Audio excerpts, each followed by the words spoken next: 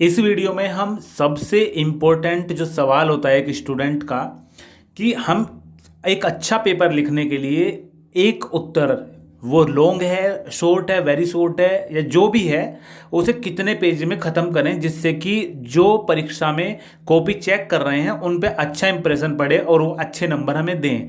ऐसा नहीं हो कि भाई लिखना 3 पेज का हो और हमने 2 पेज का करा या 2.5 पेज का करा, अच्छा लिखा लेकिन उन्होंने नंबर काट लिए। तो इसी चीज़ को हम इस वीडियो में क्लियर करेंगे। तो अगर आप इन चीज़ों को आप इस तरीके से कर रहे हो कि भाई लॉन्ग क्वेश्चन 4 पेज का होना चाहिए, शॉर्ट क्वेश्चन 3 पेज का, वेरी शॉर्ट 2 पेज का, तो ये तरीका एक अच्छा तरीका नहीं है, ये गलत तरीका है। हम आपको आप ही के एग्जाम पैटर्न पे बताएंगे, ठीक है। तो हमने जो इस वीडियो को समझाने के लिए एक ग्रुप में से, एक ऑफिशियल ग्रुप में से कॉलेज के जो वहाँ के टीचर हैं उनका एक मैसेज यहाँ पे कॉपी किया है। जो ये ट्रेडिशनल एग्जामिनेशन है एलएलबी फर्स्ट सेमेस्टर का, उसके लिए है। उसमें बोला गया था टीचर के द्वारा कि भाई 1.5 घंटे का आपका पेपर होगा, 1.5 आवर, और उसमें 2 लॉन्ग क्वेश्चन आएंगे आउट ऑफ 5, मतलब 5 में से 2 लॉन्ग क्वेश्चन करने होंगे और 1 short out of 3, 3 short question आएंगे, उसमें से 1 करना होगा और वेरी शॉर्ट में से जो 5 आएंगे उसमें से 4 करने होंगे, ठीक है। इस तरीके से उन्होंने बताया। अभी ये तरीका जो हम आप देख रहे हो स्क्रीन पे, ये तरीका एक अच्छा तरीका नहीं है। इसमें चांसेस जो होते हैं, एक कमी है इस तरीके में।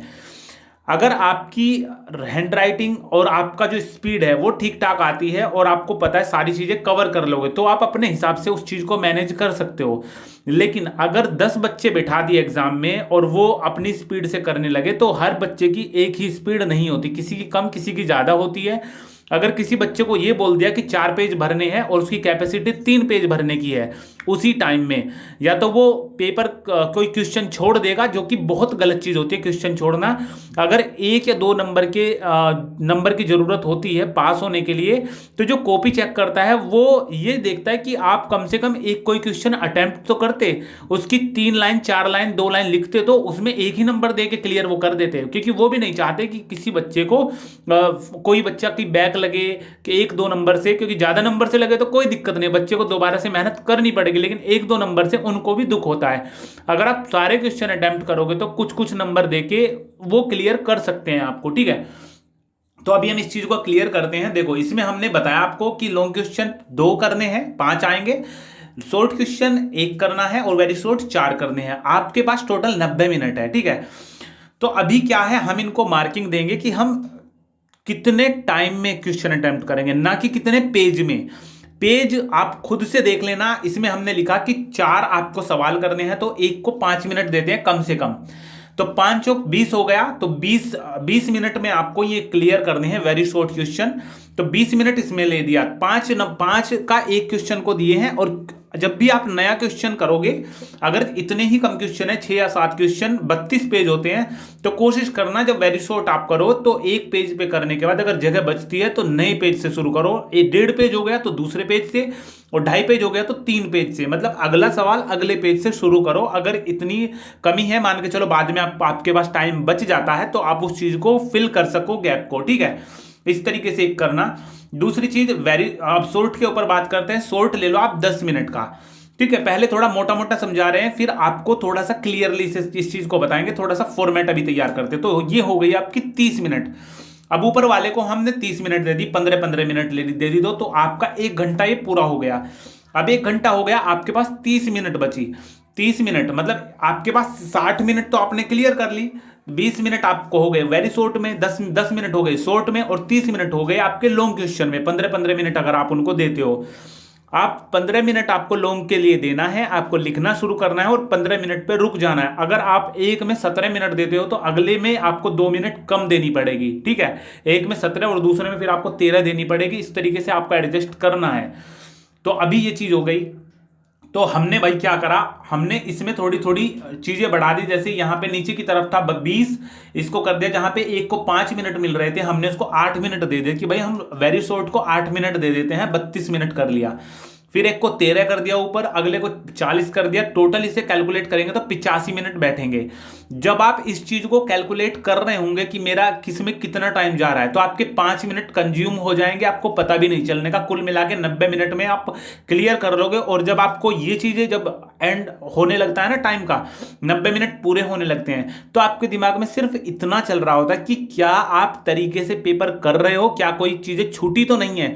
तो जब आपका एक दिमाग इस चीज को समझने लगेगा ना कि कुछ चीजें छूटी नहीं है और मैं सब चीजें तरीके से चल रहा हूं, इस चीज की पैटर्न की भी तैयारी मैं पहले से घर से करके आया हूं, तो आपका फोकस अच्छा रहेगा। पेन ऐसे नहीं चलने का जैसे बाद में डॉक्टर की राइटिंग में चलता है ना पेन, वो चीजें हर किसी के साथ होती है, लेकिन दुख सबसे ज्यादा तब होता है, बहुत सारे बच्चे, कम से कम 10 to 20% बच्चे ये आके बोलते हैं बार मेरा वो क्वेश्चन छूट गया।